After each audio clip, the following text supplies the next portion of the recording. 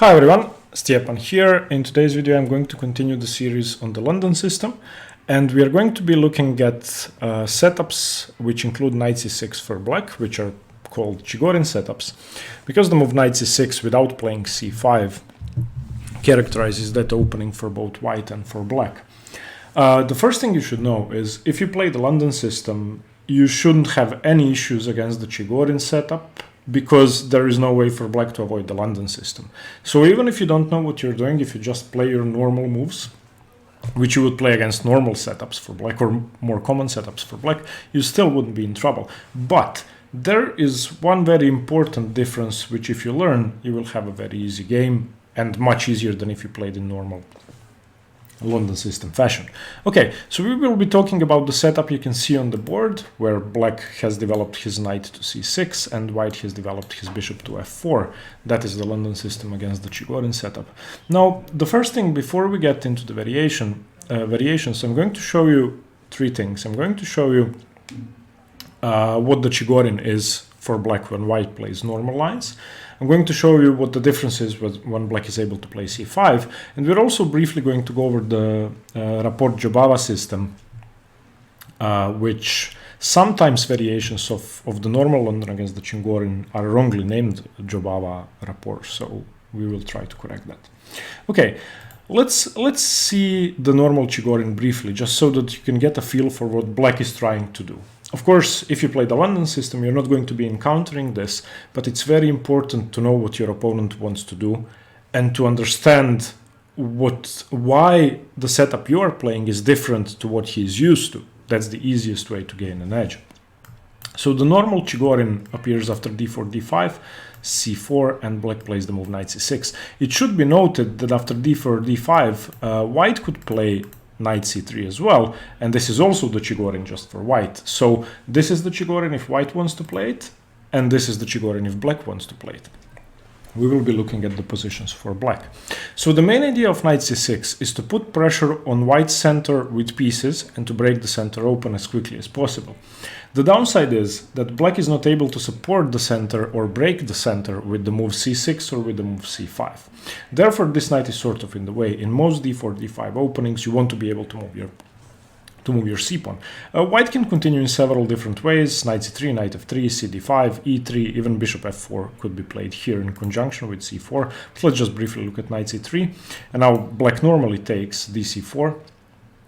And now knight f3, knight to f6, and e4. And here you can see that white has created this formidable center, but black is putting pressure on it, and black is hoping for quick counterplay. So after bishop g4, already putting pressure on d4, white needs to play the move bishop e3, now e6, preparing to develop the bishop, preparing to play bishop b4, thus putting pressure on the e4 pawn. And you can see that it's a very double-edged position. Many people like white because of the strong center and because of how strong the bishops are after bishop c4. But this has been played by very strong players with the black pieces. For example, Richard Rapport, Alexander Morozevich, many strong players. Okay, so bishop b4, you have to defend e4, so queen to d3. And let's just briefly see what could happen. The main downside of playing against the Chigorin for white in the main systems, in the main Queen's Gambit c4, d4 systems, is that your kingside gets slightly weak. Here we are following a game between Yu Yang-yi and Richard Rapport, played in 2019, which black won convincingly, so you can have a look at that game. So that's just, I wanted to go over this just to give you a feel for what happens when you play normal Queen's Gambit positions against the Chigorin setup. So now, here's what we are going to do. Instead of going for this central expansion, we're going to play the London system, and that will make black's play much harder. So after d4 and d5, you now have two ways to play this position. And unlike against other setups, where we are sort of trying to avoid knight f3, to make sure that queen b6 is not as powerful. If you haven't, if you're not aware of that variation, you can watch my previous videos in the London system. If you know that your opponent plays the Chigorin, I would recommend playing the move knight f3 instead of bishop f4. because this sort of secures your center some more, and it doesn't allow the move e5, which can be played in some variations, as we are going to see. In fact, after the move bishop f4, one of the trickiest variations for white to face is when black plays the early e5. So to avoid that, we are going to be playing knight f3. Now, on the other hand, if black plays the normal knight f6 and you go bishop f4 and black plays c5, then you will have problems with the early queen b6 because of the b2 pawn. So again, if you don't know that variation, look at the introductory video to the London and also look at the video on d4, d5. So this may be slightly complicated, but I would recommend that you play the move knight f3 if you know that your opponent plays the Chigorin. And if you don't, then play the move bishop f4 to avoid the queen b6 problems. Now, let me show you the difference between the two lines. So once you play the move knight f3, and your opponent plays the move knight c6, plays the Chigorin, you now play bishop f4, playing the London system, and you're not playing c4. You're not giving him the chance to undermine your center because there is no center. You can still support your center with e3, as you normally do in the London system, and there is no easy target for black to put pressure on. This is why playing the London against the Chigorin is much easier for white than playing the main lines. Okay, and in this main line, after the move bishop f4, the downside of the move bishop f4 is that black gets to play the move bishop g4. As we are going to see in the early bishop f4 e3 lines without knight f3, the queen would be defending the g4 square, therefore bishop g4 would be impossible. And bishop g4 is objectively the best move and the main line. So now you can see that by playing this main line, we are sort of we have developed our knight before playing e3. We have allowed the black bishop to the best possible square, but we definitely didn't risk going into queen b6 lines and having trouble with the b2 pawn had black decided not to play the Chigorin. Okay, instead of bishop g4, one of the common ways for black to play is knight f6, and against knight f6, I think a very good idea is to play the early e3, bishop b5, and try to play for queen a4 after either c4 or c3, and try to exploit the pin on c6. Of course, black could fight against that. So, for example, bishop e3, he could fight against that with bishop to g4, which prevents, of course, knight to e5. But after bishop to b5 and, let's say, e6, he would either have to give up the bishop pair or allow knight to e5, which is not pleasant. So if he just retreats, then this is very problematic. And now already he is in trouble. So you can try to use this pin if your opponent decides to play knight f6, which is a very natural move. This is one of the reasons why I like knight f3, because it gives you the option to jump into e5. And against the Chigorin setup, bishop b5 is a very powerful pin. Okay, but most experienced Chigorin players will know what to do against the London system, and they are going to play bishop g4. Now we play e3, okay, and now we come to a point where after black plays the move e6, you should try to forget about the London system. You got your bishop out, but now it's time to strike at black's weaknesses, and now it's time to play aggressively. You don't want to play c3, knight d2, bishop d3, castles, because then you are not questioning black's setup that much. Of course, the knight is still awkward. Of course, black is not striking at your center with c5, so why support the center with c3? You don't need that. That's one of the main advantages of playing the London against the Chigorin. He is never going to play c5, or it's going to take a ton of time. So here I would advise the move c4, and that's the absolute best you can go for. And you are putting a question to black's center, and black's center is going to crumble and not white's. Okay, so c4 is, in my opinion, the best move. Let's just look at the alternatives, which are, of course, playable and which are more solid. c4 is the most aggressive way to play, and c4 is the riskiest way to play. Bishop e2 is the boring, most solid, no problems. Black plays bishop d6. Now you can exchange, but I would recommend playing the move bishop g3, keeping the bishops on the board. If black ever takes, you take with the h-pawn, open up your rook. This is a normal London system plan. Knight f6. Of course, since we played bishop to e2, we don't want to waste the tempo on bishop e5. So knight d2. We don't want to play knight c3 because we want to move our c-pawn at some point. Both sides castle. Black could play bishop g3, h takes g3, rook e8, rook e1, and this is a very solid setup, as you can see. You have a slight edge because black's knight is on c6, and this knight doesn't really belong on c6. Black wants to have the knight on d7, and he wants to play the move c5. So bishop e2 is okay, although it's not very ambitious. Another way to play is just to go for a normal London system setup. So let's say after bishop d6, bishop to g3, let's say knight g to e7 or knight f6, you play c3, he castles. Now you can do that, and this is what you can expect from a player who plays the London system but doesn't know what to do against the Chigorin, and there is nothing wrong with this, but the position is equal. You don't really need this pawn on c3, so I would recommend that you don't play this setup. Okay, so against e6 you play c4, and this is going to be on the board almost every game. Almost unavoidable. Now black has a tempo to gain, so he plays bishop b4. You play knight c3, develop. You don't need your knight on d2. Your knight is much better on c3, controlling e4.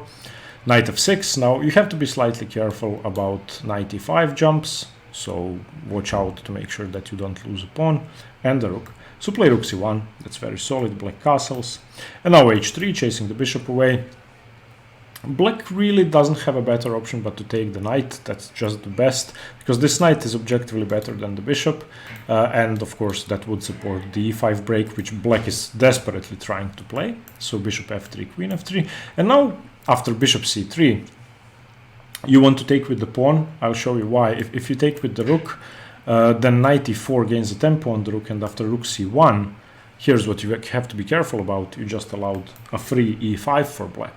Okay, so after e5, something like d takes e5, black's position is very good after he breaks open your center. This position has been played once. Black continued with queen e7. The game is Graf Alexander versus Rabiega Robert, and Graf Alexander was 2642. Rabiega was 2400, and he still won, even though he was 200 points lower rated. The position continued queen d1, and after knight takes e5, black was simply better. Okay, so after bishop takes c3, you take with the b pawn, support your center, queen e7, developing the queen, bishop to d3, developing the bishop, e5. Again, this is the move black is trying to play, and this is a middle game pattern you have to know. If you are playing an experienced Chigorin player and you play the London system, then he is going to be playing for e5 for the whole game, and you are going to have to know what happens after e5 is achieved. So usually against e5, a good way to play is to capture cd5. Okay, so you ignore this because the knight is on c6. You can gain a tempo on this knight, and of course e4 is not possible because you can just take, and after knight takes you can take this knight. So knight takes d4 is the trickiest way for black to play, and this is just a thematic tactical pattern that you just have to remember. So let's go again. So after bishop d3, black plays e5. Usually it's best when these pieces are here. Usually it's best to just take c takes d5, and black should respond with knight takes d4. After c takes d4, e takes f4, and now queen takes f4. He could play knight takes immediately, but it's much better to play the move queen a3 because this now forces king e2. And this is an engine line which has been played in one game. The players followed it for a long while. The game is Vosh Arkadiusz versus Kopashov Evgeny. If you put this position into ChessBase, you will see what the game is. So again, Vosh Arkadiusz Kopashov Evgeny from 2009. And white is supposed to be slightly better, even though after queen takes a2, rook c2, black seemingly has no problems, and he has this very big, very important pawn majority on the queen side. But black's king is quite safe. The rooks are very active, much better than black's rooks, and it's not clear how black is going to activate his rooks because his rooks are behind his pawn. So after something like queen d5, rook c7, a5, the pawn majority starts being pushed, but it's a double-edged position where white is supposed to be slightly better. So this is what can happen after c4. So again, going for knight f3 I think is a better option, even though it allows the spin with bishop g4, and after e6 you should continue with c4. Okay, just let me give you a quick intro into the rapport Jobava system. This is going to be a separate video, but in many databases, this position is the rapport Jobava system, or the rapport Jobava London system, or the Jobava London system. But sometimes, excuse me, this position is going to be called the rapport Jobava system. And if you check some opening databases and some online resources, they will call this the Jobava rapport London system, which is not true. The Jobava rapport London system is characterized by the move knight c3 for white. Okay, now let's go over the move e3. So let's go over the alternative. So after bishop f4, if you play that instead of e3, firstly, you are avoiding a lot of trouble with the move queen b6 in normal lines after black plays knight f6 and c5 and queen b6 and so on. Again, watch the video on d4, d5 against the London. But when he plays knight c6, there's a downside. We play e3, fine, there is no bishop g4, that's an upside. He doesn't have the best square for his bishop, so he plays bishop f5, that's okay. Now, if we play knight f3, we are almost transposing, and it's questionable whether the bishop is better here or here. You could play knight f3, and you have transposed to the main line in which the bishop has been developed to f5 instead of g4. And now after e6, you can play bishop d3, which is probably the smartest idea. This bishop is very strong.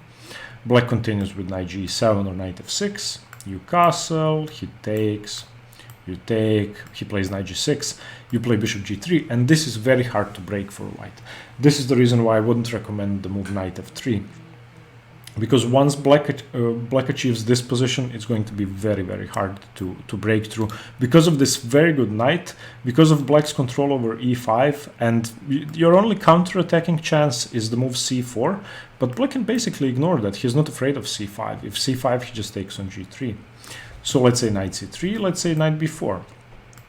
And after something like queen e2, takes, h takes, I don't think black has any issues here. He can play c5, he could play c6, and I think this position is very, very much equal. In fact, black doesn't even have to play the move e5. So, once they play bishop f5 against this bishop f4 e3 without knight f3 system, the only way to play for an advantage, in my opinion, is the move c4. And now, of course, if black plays passively, then you achieved everything you wanted and you have no issues. You weren't even risking queen b6. So if black plays e6, then you go knight c3, and this is the perfect setup. The perfect setup. Same goes for knight f6 instead of e6. You again play knight c3, e6, knight f3, he plays bishop b4, you play rook c1, he castles, absolutely no issues. Something like a3, the bishop shouldn't really retreat. Here you could even take with the rook. After knight e4, you just go back.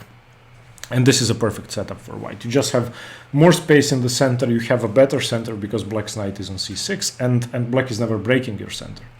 However, after c4, if black knows what he is doing, he has a way to punish the early bishop f4 and e3 without knight f3. Now, which piece out of these three when the knight is on f3 is not supporting e5? Well, it's the pawn. So instead of having a knight on f3, you have a pawn on e3. Therefore, black can play the move e5. And now things get very tricky. This is the reason why I would advise you to play knight f3 instead of bishop f4 on move 2. So in this position, and this you absolutely have to know if you don't know who your opponent is. If you play the normal London with d4, bishop f4, you will be running into this against experienced Chigorin players. Now in this position, however counterintuitive it may seem, and this has been played only 3 times. Twice the pawn was taken with the d-pawn, once the bishop took. Taking with the bishop is just much better. And you take with the bishop. Black could take if he wishes to take, it doesn't really matter. The best move is bishop to b4, check first, and you play knight to d2, supporting c4. And now knight takes e5, d takes e5, and the pawn situation, white is a pawn up. White has taken a pawn. So after knight to e7, just don't be tempted to weaken yourself too much with f4. There's no need to do that. You can play solidly with knight f3. You can give the pawn back if you want to. In fact, you may have to. So let's say castles and bishop takes, excuse me, and bishop to e2, and let's say knight to g6, something like that, and let's say castles. I think this position is very, very good for white, even though black has broken through the center, but black did manage to get rid of his issues. His issue was the knight on c6 and the fact that he couldn't break through the center. In this position, white's knight is slightly awkwardly placed on d2. The e5 pawn is objectively going to fall, and black shouldn't really help white develop his bishop with taking on c4, but black is perfectly fine. So this is the only thing I'm afraid of. If you play c4, which you basically have to play after bishop f5, otherwise you're not playing for an advantage, then black has the option of playing the early e5. So remember to take with the bishop, and after bishop b4, takes, d takes, you're a pawn up, but black has no issues. Black has a very, very strong bishop pair, and this is a completely equal game. Okay, so I hope you liked the video. I hope you learned something. By the way, I changed the theme to dark because many people requested me to do so. Most people want the board to be maple, but I hate that color, so I'm not going to do that. I hope you like this one. And yeah, let me know what you think about the video. Please comment below with your thoughts. Tell me if I've missed something. This was my analysis, so there are always issues in my analysis. And again, sorry for that. So yeah, please point out where I went wrong or where I could have improved the video. Thank you very much for watching, and see you soon. Stay tuned for more chess. Bye bye.